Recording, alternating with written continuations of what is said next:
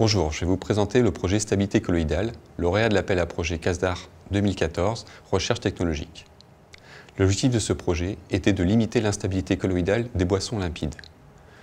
En effet, sur des boissons limpides, on peut avoir un trouble qui apparaît dans la conservation. Et ça, c'est relativement néfaste pour les produits concernés. Dans ce projet, on a travaillé sur 3 filières et 6 boissons. On a travaillé sur la filière cidre, sur des produits qui concernent le cidre, le jus de pomme et le pommeau, la filière vitivinicole avec le vin blanc et le vin rouge, et enfin la filière brasserie-malterie pour la bière. Dans ce projet, il y avait une partie liée à la recherche fondamentale, avec des questions de recherche portant sur la formation des troubles. Ces questions de recherche ont été portées par l'INRA et par l'ENS. Enfin, il y avait une partie de recherche appliquée qui concernait la valorisation de ces résultats auprès des opérateurs. Ce travail a été pris en charge par les centres techniques, l'IFPC, Institut français des productions cidricoles, qui était le porteur du projet, l'IFV, Institut français de la vigne et du vin, et enfin l'IFBM, Institut français de la brasserie-malterie. Une première phase du projet était liée à l'analyse de la composition des troubles. L'objectif était de comprendre quels étaient les acteurs mobilisés dans ce trouble pour derrière formuler des hypothèses de déstabilisation colloïdale.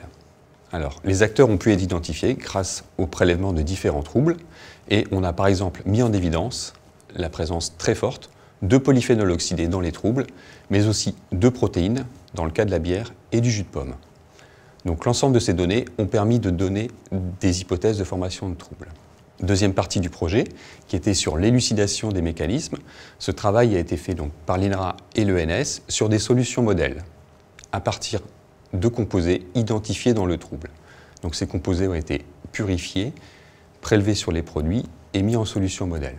Derrière, on a pu comprendre totalement ou en partie des mécanismes de formation du trouble, en particulier pour le pommeau, le cidre, le jus de pomme et les vins blancs et les vins rouges. L'ensemble de ce travail a pu être valorisé dans des publications scientifiques de revues internationales à comité de lecture. Troisième phase du projet, plus appliquée, elle, concernait l'application de tests prédictifs. En effet, dans l'ensemble des filières, des tests prédictifs existaient pour connaître l'aptitude du produit à troubler. Grâce aux connaissances acquises de manière fondamentale, on a pu mieux cibler les tests, c'est-à-dire améliorer les conditions de réalisation pour limiter le risque de faux positifs et de faux négatifs. Donc, l'ensemble du travail a aussi été valorisé sous forme de journées techniques ou de publications dans les revues techniques de filière. Enfin, dernière phase du projet, beaucoup plus appliquée, était le travail sur les itinéraires technologiques pour limiter l'apparition des troubles.